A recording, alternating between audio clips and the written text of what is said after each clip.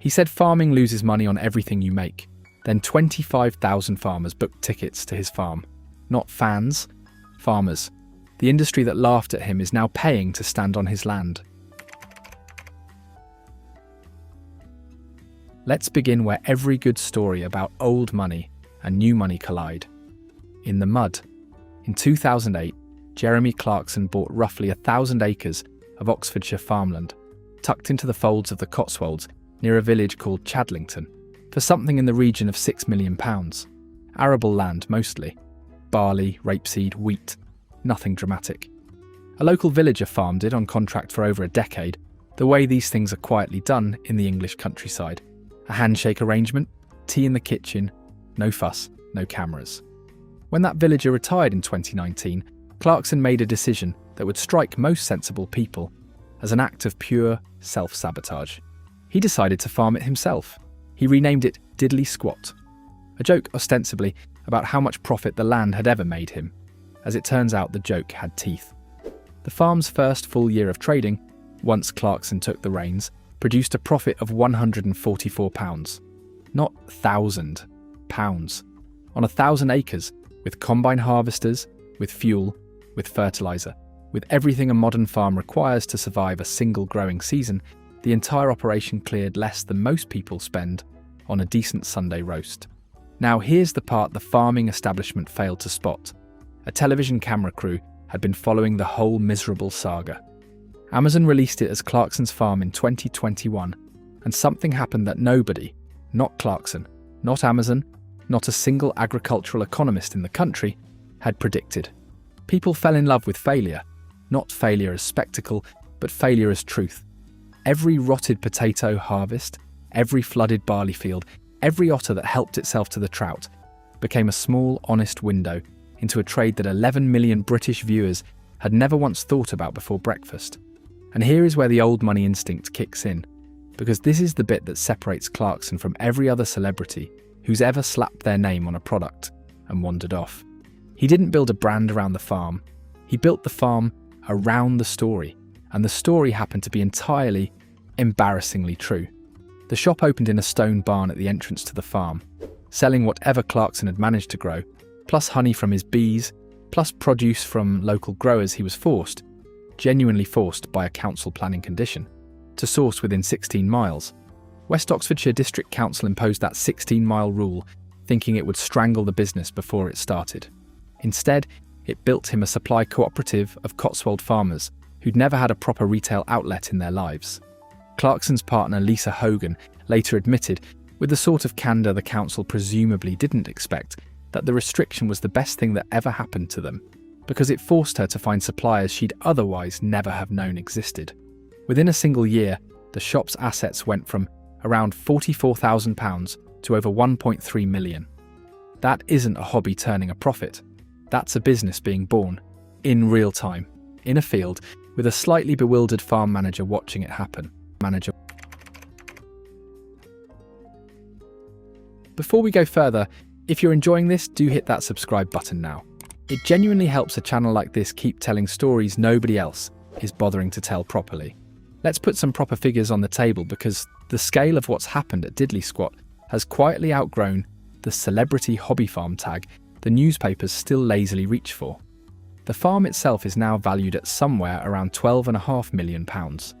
The shop turns over something in the region of £1.3 to £2 million a year, drawing 250,000 visitors annually to a stone barn down a single track lane that the council for years refused to give a proper car park. The pub, the Farmer's Dog, bought for under £1 million and renovated with the sort of care most landlords reserve for their own kitchens, now employs 146 people, 146 jobs in a Cotswolds village, from a man who claims, in his own words, to understand nothing whatsoever about business. Then there's the brewery. Hawkstone launched almost as an afterthought. Clarkson grew some barley, thought he'd have a go at beer, and the brewing industry, understandably, did not lose a wink of sleep over it. Within a handful of years, Hawkstone's net worth jumped from around £432,000 to over £3 million, a 600% increase in a single year, and the brand is now estimated to be worth somewhere north of £75 million, generating annual sales north of £20 million. Heineken and Carlsberg, by most accounts, both passed on backing it early, which is the sort of decision that ages the way most decisions in this story tend to age, badly, and in full public view. Add it together and you get a rough estimate of a £45 million empire built from a field that made £144 in its first proper year of Clarkson's own farming. Ford's entire EV division lost billions trying to catch a market leader. Diddley Squat turned an agricultural laughingstock into one of the most recognisable rural brands in Britain, without a single marketing department, a single focus group, or a single boardroom. And the growth hasn't slowed, it's accelerated. Here's where the story stops being charming and starts being genuinely significant. For years, if you wanted a jar of Diddley Squat honey or a bottle of their rapeseed oil, you had one option. Drive to a single track lane in Oxfordshire, park where you could, and queue. Sometimes for hours. Sometimes for 3 miles worth of traffic that infuriated the locals and delighted absolutely everyone who watched it unfold on their television screens the following year. That was the entire distribution model. One shop, one postcode, one very determined queue of people who felt, rightly or wrongly, that they were buying a piece of a story rather than simply a jar of honey. This year, that changed completely. Diddley Squat Farm Shop produce is now available through Ocado, one of the country's major online supermarkets. For the first time since the shop opened, you no longer need to live within striking distance of Chadlington to get your hands on it. A brand built entirely on scarcity, on the idea that you had to make a pilgrimage to earn the product, has just gone national without losing a shred of the story that made people want it in the first place. Think about what that actually represents. Every supermarket own brand range in this country is built by a corporate buying team, a focus group, and a marketing budget that would make Clarkson wince. Diddley Squat built its national retail moment on the back of a television series about failed potato harvests and a herd of cows that once bankrupted him during a tuberculosis lockdown. The supermarkets spend fortunes trying to manufacture the sense of authenticity that Clarkson simply already had, sitting in a barn, entirely by accident. And it isn't only the shop. Hawkstone Lager is now served on British Airways short-haul flights. A detail Clarkson announced himself, filming on his phone somewhere over the Atlantic, grinning like a man who'd just been let in on a joke at the industry's expense. Think about the distance travelled there. A brand that struggled to get 30 seconds on regional television a few years ago is now poured at 30,000 feet by the national flag carrier. Not tucked into the first-class champagne cabinet, mind you. Served in economy, on the everyman's trolley, in the everyman's seat. Which, for a beer built entirely on British barley and British farming graft, is precisely where it belongs. Meanwhile, back at the farm itself, Clarkson has just been granted planning permission for a new grain store, because the farm now grows 6 different crops across a single rotation. Winter milling wheat, durum wheat, spelt, winter barley, spring barley, and oats, plus echium and oilseed rape besides. The planning document submitted to the council makes for surprisingly unglamorous reading, the sort of thing that would never make it into an episode. But it tells you something the newspapers rarely bother to mention. This isn't a man playing at farming for the cameras anymore. This is a genuinely diversified, genuinely serious arable operation that happens to also be one of the most watched pieces of agricultural content on the planet. So here's the honest question. Should British farming's old guard actually be worried about a former Top Gear presenter and his beer? The answer depends entirely on where you're sitting, and it's rather more layered than the headlines suggest. If you're a small British producer, a Cotswold beekeeper, a family-run brewery, a farm shop 3 villages over, Diddley Squat's rise has already worked in your favour, even if you've never sold him a single jar of anything. The 16-mile sourcing rule created a template. Other farm shops across the country have quietly begun copying. Build local, tell the story honestly, let the provenance do the selling. Farm shops that once struggled to justify premium pricing now have a working example. Broadcast to 11 million households of exactly why a punter will happily pay double for something with a face and a story attached to it. If you're a supermarket buying team, the picture is less comfortable. Diddley Squat's Ocado listing proves something supermarkets have spent a fortune trying to disprove for years, that authenticity cannot be manufactured in a boardroom, only earned slowly in public, often through failure, every own brand artisan range now has to compete against a product whose backstory includes a genuine tuberculosis lockdown, a genuine cancer diagnosis, and genuine years of losing money in full view of the cameras.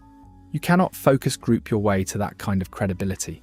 If you're a major drinks conglomerate, and this one has to sting a little, Hawkstone's British Airways deal is a direct public reminder that two of the biggest brewers in the country looked at this beer early on and said no thank you. The advertising watchdog banned Clarkson's first Hawkstone advert for swearing. The industry that shut the door on him never let him back in. It didn't need to. He built an audience the watchdog couldn't touch, had a supply chain wrapped in the Union flag, and a brand growing fastest precisely where the rules couldn't reach it. And if you're a working British farmer, genuinely, this is the part that matters most. Diddley Squat's success is doing something no government subsidy or advertising campaign has managed in 30 years. It's making the public actually care. Farming experts have gone on record saying Clarkson has done more for public understanding of British agriculture in a handful of series than 3 decades of traditional farming programming managed combined. Crop rotation, planning law, subsidy cuts, the brutal economics of a bad harvest. Millions of people who'd never given any of it a second thought now understand, at least in outline, why it matters. That goodwill doesn't show up on a balance sheet. But ask any farmer campaigning on VAT reform or inheritance tax relief whether it's worth something, and you'll get your answer fairly quickly. Before we get to how this all comes together, quick favour. If you've made it this far, do hit like, drop a comment telling us whether you've ever queued at Diddley Squat yourself, subscribe and tap that notification bell so you don't miss where this story goes next. This channel exists because of people exactly like you. So genuinely, thank you. Now the part that ties everything together, and the reason this year's announcement is bigger than a supermarket listing. This summer, Diddley Squat is hosting Cereals, one of the UK's largest arable farming trade events, expecting somewhere between 25 and 30,000 professional farmers through the gate. Not tourists, not fans of the television show, queuing for merchandise and a photograph by the farm shop sign. Working arable farmers, agronomists, machinery manufacturers, the entire serious apparatus of British crop production, all converging on a farm that 8 years ago was making £144 of profit and being quietly mocked by exactly the sort of people now booking their tickets. Think about the symbolism sitting underneath that. Cereals is normally hosted on land chosen for its neutrality. Big, flat, uncontroversial, entirely unremarkable acreage that nobody has strong feelings about either way. This year, it's being hosted on the most famous farm in the country, run by a man the agricultural establishment spent years treating as an amusing sideshow. The event's own director said hosting it at Diddley Squat would draw much needed extra attention to the issues arable farmers are actually facing. Subsidy cuts, unpredictable weather, brutal margins. Which is a remarkable thing for a serious industry body to admit. They need his audience. His farm has become more useful to British agriculture's public case than the industry's own decades of campaigning, and Clarkson himself has had rather more to contend with than crop rotations this year. He was diagnosed with prostate cancer and has since confirmed he's in remission. Filming has continued regardless, and the farm survived a bovine tuberculosis lockdown that stopped it buying or selling cattle for months. The sort of disaster that would sink a normal working farm's finances entirely. Series 5 landed in June. Series 6 is already confirmed. Filming is underway. And by his own admission, the money the show generates is what keeps the actual farming alive during years when the farming itself refuses to pay for itself. He said more than once that in farming, you're allowed one piece of good news so long as it comes wrapped in a disaster. This year gave him both, on a scale he probably never expected. A cancer diagnosis and a remission, a national retail deal, and the biggest arable trade show in the country pitching its tent on his own land in the same 12 months. There's also the inheritance question, which Clarkson has been unusually candid about in print. Agricultural land in this country passes to your children without inheritance tax provided it's genuinely farmed. A man with a fortune estimated around £55 million, sitting on a farm now worth £12.5 million and rising, has built himself an appreciating, tax-efficient asset that also happens to be one of the most valuable entertainment production facilities in British broadcasting.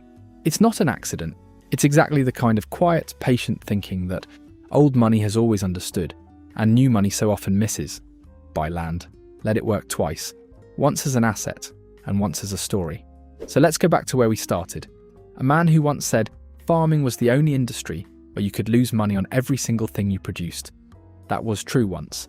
£144 of profit on 1,000 acres, and a nation laughing gently at a man who'd swapped Lamborghinis for a Lamborghini tractor and appeared to have made every mistake available to him.